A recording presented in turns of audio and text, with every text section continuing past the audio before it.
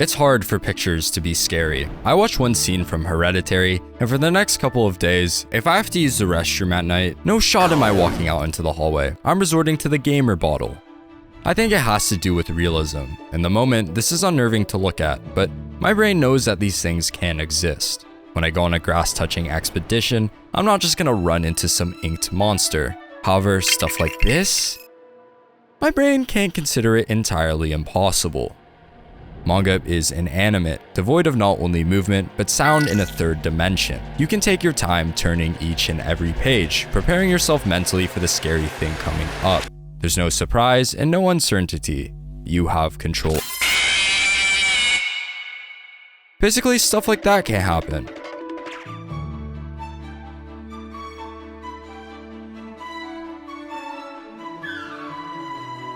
For me, the scariest manga are the ones that keep you thinking, questioning, and have the ability to enter the depths of your unconsciousness. The stories that when you close your eyes later at night, you're met with something like this. Wake up. Wake up. You're in a nightmare where you don't have Raid Shadow Legends installed. That's right, they must have seen my last video because this video is sponsored by Raid Shadow Legends. Raid Shadow Legends is a completely free-to-play, tactical, turn-based MMO battle game with over 700 unique characters with different skills and abilities from 15 awesome unique factions. You will never run out of characters to try and play. My favorite character is Madame Seri for her amazing character design. She looks straight out of a fantasy anime. Conquer Raid's 12 imposing dungeons or battle with others through Raid's engaging PvP modes. Raid can be played on mobile or desktop, meaning you can play whenever and wherever you want. With regular content updates, Raid constantly evolves with new modes, features, and champions. Raid even has its own limited animated series now, Raid Call of the Arbiter, which expands upon Raid's lore and gives more life to the characters in game. There are already 8 episodes out, with 2 more coming in the following weeks, with all the episodes free to watch over on the Raid Shadow Legends YouTube channel, or in the app itself. I like anime, and chances are since you clicked on this video, you like anime, so go watch it. To celebrate the release of Call of the Arbiter, legendary champion the mighty orc warlord Artak is available for free for a limited time. All you have to do is log into Raid for 7 days between now and August 1st. So what are you waiting for? Scan the QR code in the top left or click the link down in the description to join the over 400 million players across 190 countries playing Raid already. You'll even receive a starter pack worth $30 for free. Start your journey on becoming a Raid Shadow Legend. Scan the QR code. Today, I have gathered 5 horror manga that might or might not give you nightmares. The only thing I know for sure is that they slap. Without further ado, let's get straight into it. Starting with our first manga,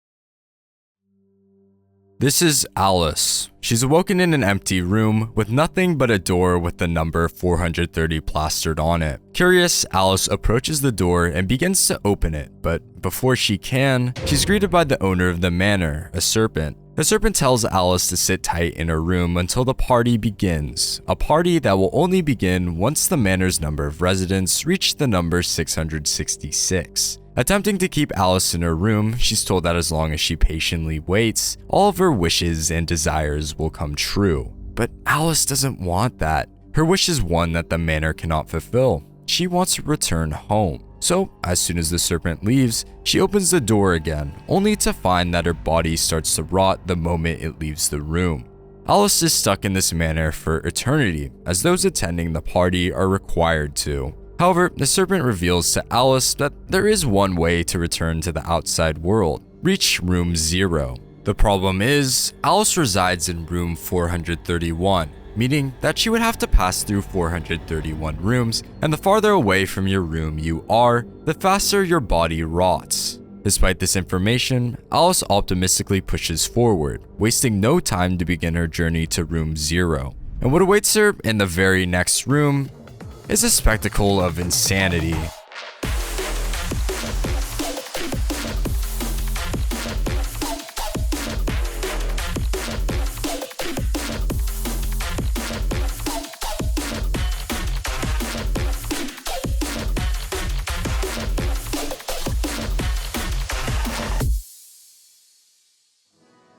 Each room Alice passes through shows the desires and wishes of its occupants. Some wish for nothing more than a peaceful life, fame, or pleasure, while some wishes are far more sinister. Many of the residents hide behind their desires, escaping from their problems and insecurities that constantly haunted them in the outside world. For example, in room 430, the first room Alice comes across, someone who was relentlessly bullied his entire life seeks his justice by killing everyone who ignored his pleas, who abandoned him, and who bullied him. Yet, it's not just a one-time thing. He kills them over and over and over again. He's trapped in an endless cycle of hatred, captive of his desire for revenge. And to put it bluntly, it's just sad to watch. On one hand, you can sympathize with him. I mean, we read manga and watch anime here. I don't think any of us are too fond of bullies, but on the other hand, this isn't good either. Rooms like these are what make Bibliomania great. They cause you to feel sympathetic, but at the same time, eerily highlight the flaws in its occupants' desires. In most rooms Alice walks through, she's nothing but a mere observer. But in some, her presence alone disrupts their utopias, breaking them down, causing their insecurities, problems, and regrets to shine through the cracks. And what lies beyond when and if Alice can even reach room 0 before she rots is for you to find out. It only has 12 chapters, so go read it. Now, I'm not asking.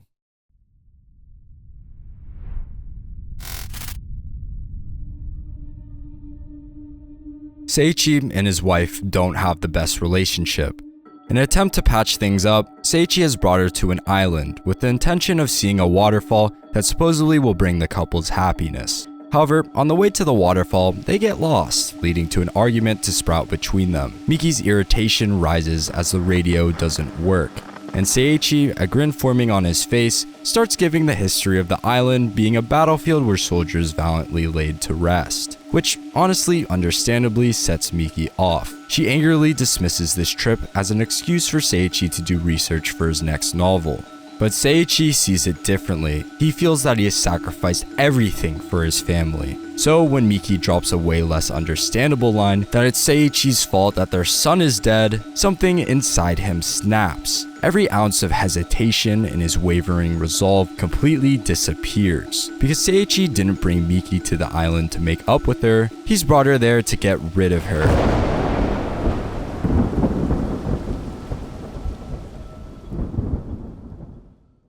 Hideout is a brilliant short horror manga that switches between the events during Seiichi's time on the island and the events leading up to his downfall, what caused his descent into insanity. However, Seiichi doesn't initially succeed in killing his wife, and as she scrambles into a nearby cave to escape him, he follows her. And if there's one thing I know, it's never to enter a cave in a horror setting, because once you do, there is no turning back.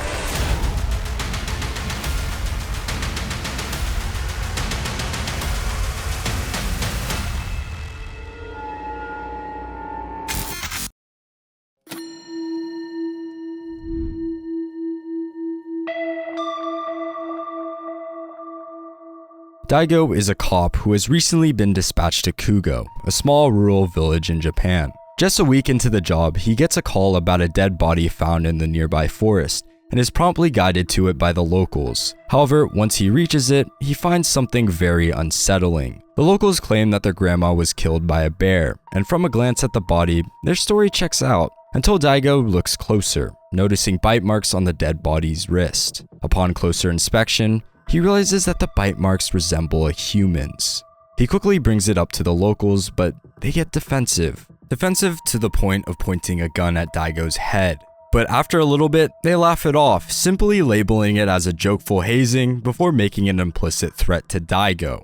At their request, Daigo drinks with them later that night, rightfully deciding not to bring his wife or child. When he arrives alone, he tells the locals that his wife and child are currently back in their hometown. However, the locals know he's lying, because they know everything. While Daigo drinks, his wife stays at their house, their child Mashiro sneaking out of her sight to chase a cat by herself. Realizing Mashiro is gone, Daigo's wife searches for her throughout the house, but only ends up finding the words "run away" carved into one of their doors.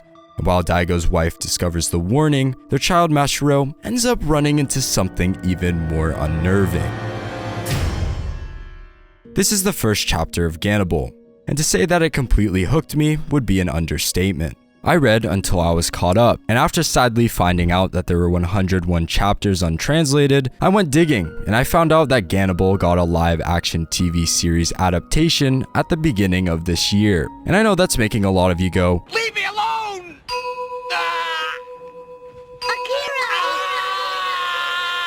but it was good. A live-action adaptation of a manga was good. Gannibal has the advantage of being a straight-up thriller. Without any elements that are too manga or anime-esque, it makes for the perfect live adaptation. Daigo tries to get closer and closer to the truth of Kugo Village. His family constantly worried he won't come back alive, and every time he seems to get a single step closer, the result only adds 5 more questions to the mystery. Daigo doesn't know what is true and what isn't, who is lying and who isn't. If my word isn't enough, know that Tatsuki Fujimoto, the author of Chainsaw Man, has also given his seal of approval.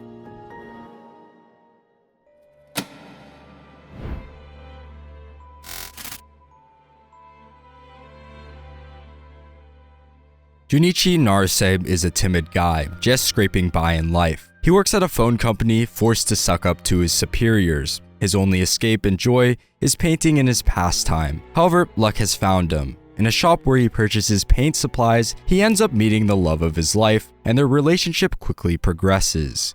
With her accepting to move in with him, he rushes off to the bank to try and find a place he can afford. Unfortunately, this is where Junichi's luck runs out. A bank robbery takes place, and as the robber turns his gaze towards a child scrambling to escape, Junichi jumps in front of her without any hesitation.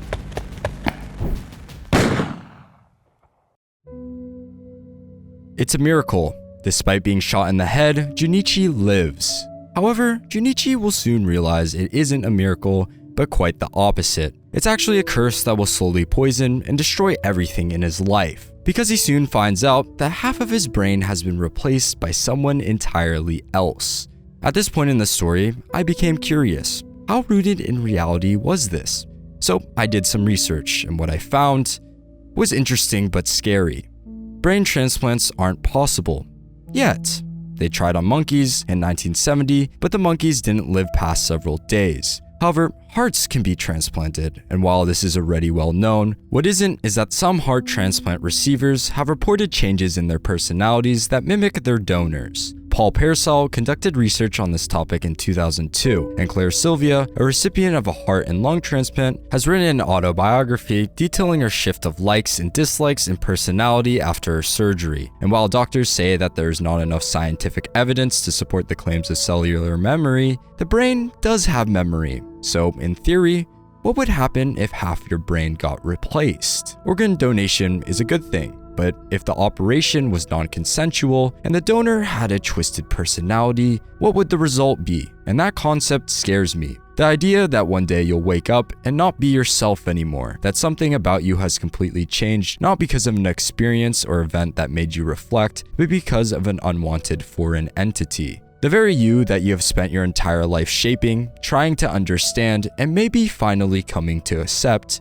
isn't you anymore. Half of you is gone, replaced by someone entirely else. To put it into perspective, I want you to think about someone or something you hold dear to you. It could be your pet, your parents, your body pillow, maybe a friend of yours, a significant other, or anything else. You love this thing so much so that liking it is part of who you are. But one day you wake up and you look at this thing. The sight of their once warm blue colors are now ice cold. Their vibrant expression that once brought you solace now only brings you irritation. You want to love this thing, and you should. Just yesterday, you looked upon it with endearing eyes. Yet right now, you can only look upon it with indifference. But you should love it. It's who you are. You love this thing. Nothing should have changed that.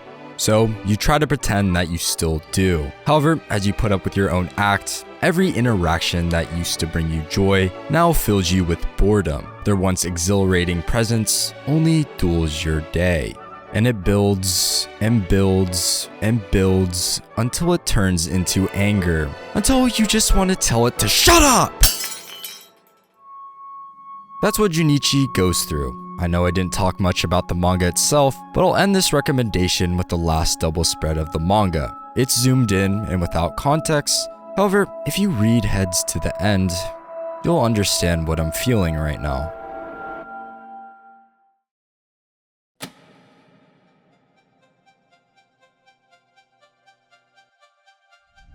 Rather than a single manga, this final recommendation is to check out literally anything from Go Tanabe and his adaptations of Lovecraft's work. If you don't know what Lovecraft is, this is not what I'm talking about. I'm talking about an author from the early 20th century, regarded as the father of cosmic horror. You probably recognize Cthulhu. H.P. Lovecraft created that. And because Lovecraftian horror is based on the fear of the unknown, I think it's way better to go into these manga without much context at all. This is definitely not an excuse for me to stop editing. It's like Go Tanabe was brought into this world to adapt all of H.P. Lovecraft's work in manga form. With just a glimpse of his panels, nothing seems that off, but the longer you stare at them, the more you realize how unsettling they are. His art is so captivating that I often found myself staring at his panels for minutes, relishing in all their details. Even if you find yourself not that interested in cosmic horror, I recommend you check out at least one of his works for the art alone, as every single one of his manga have a countless number of panels that can be used as wallpapers. Alright, I'm gonna go to the grocery store. I'll be back in 3 months.